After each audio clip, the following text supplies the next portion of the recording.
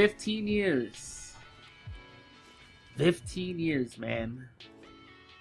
15 years might sound like a long time, especially to a lot of you younger guys out there. 15 years is a lifetime to you. Literally. Because that's all you've experienced. That is your entire life so far. But in reality, 15 years sounds longer than it actually is.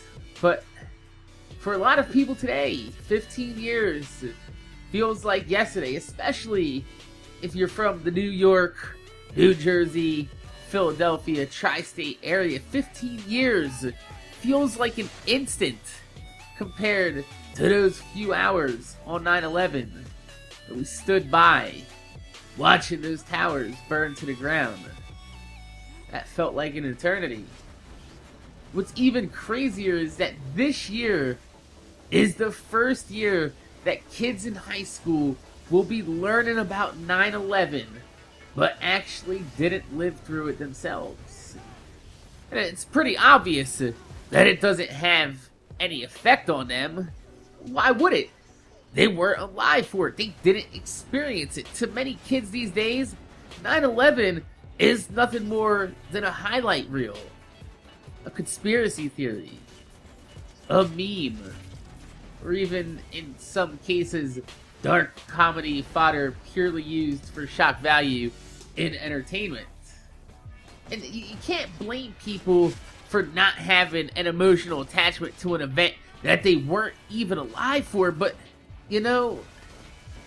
it's been so long since 9/11 that not many people actually talk about it openly or share their first-hand experience of that day with others.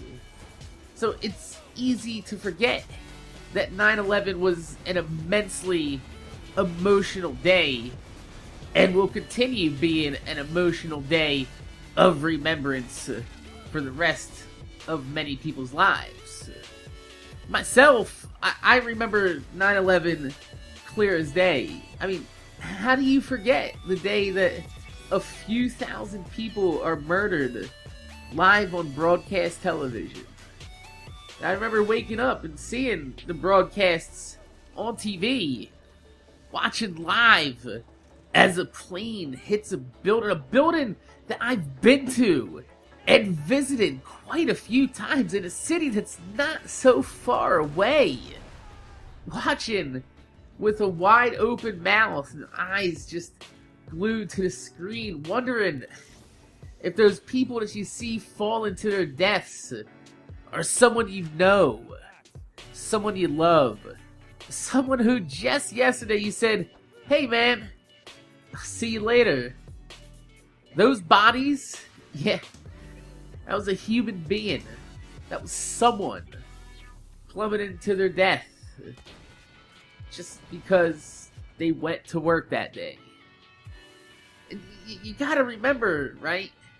I was recently graduated, 18 years old at the time, realizing as I'm watching this on television that a few people I know that I went to school with are right there interning in those towers.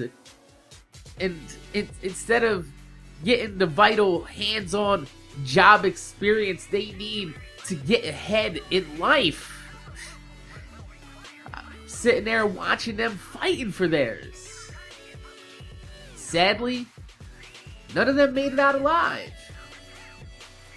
And when you know so many people that died on the same day, how do you pick and choose whose death to mourn? Whose funeral do you attend? Which family do you console, do you comfort, do you be there for? How do you make that choice?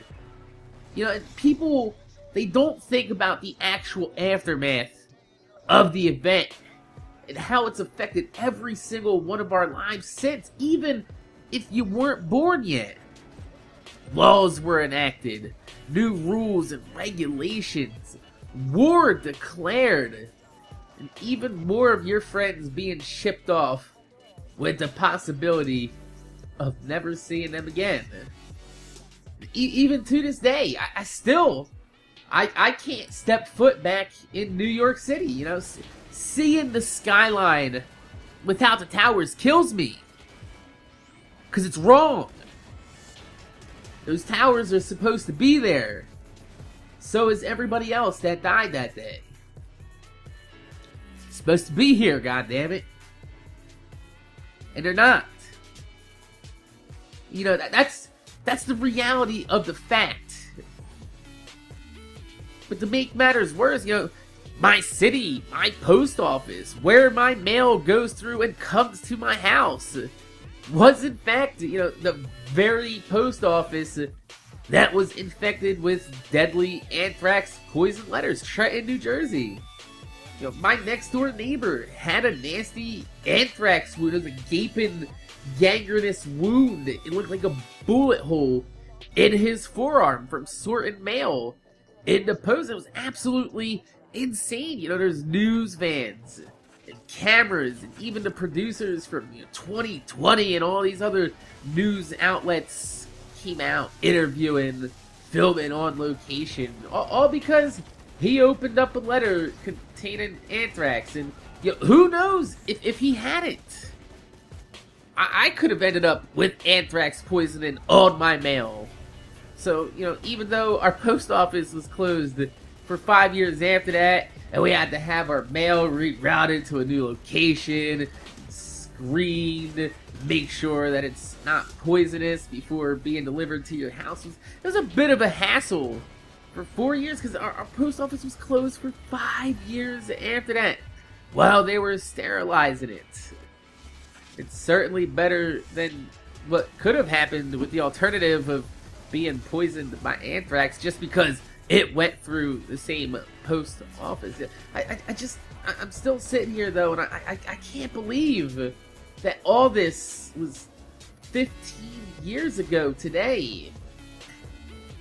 I mean, as if this day isn't bad enough for everyone that experienced it. You know, TV and news networks, they continuously keep replaying footage of the events with, you know, specials, and every time you flip the channel, it's a day of remembrance. I know that they say that we should always remember, never forget. But, you know, sometimes I think it would be easier. Sometimes I wish we could.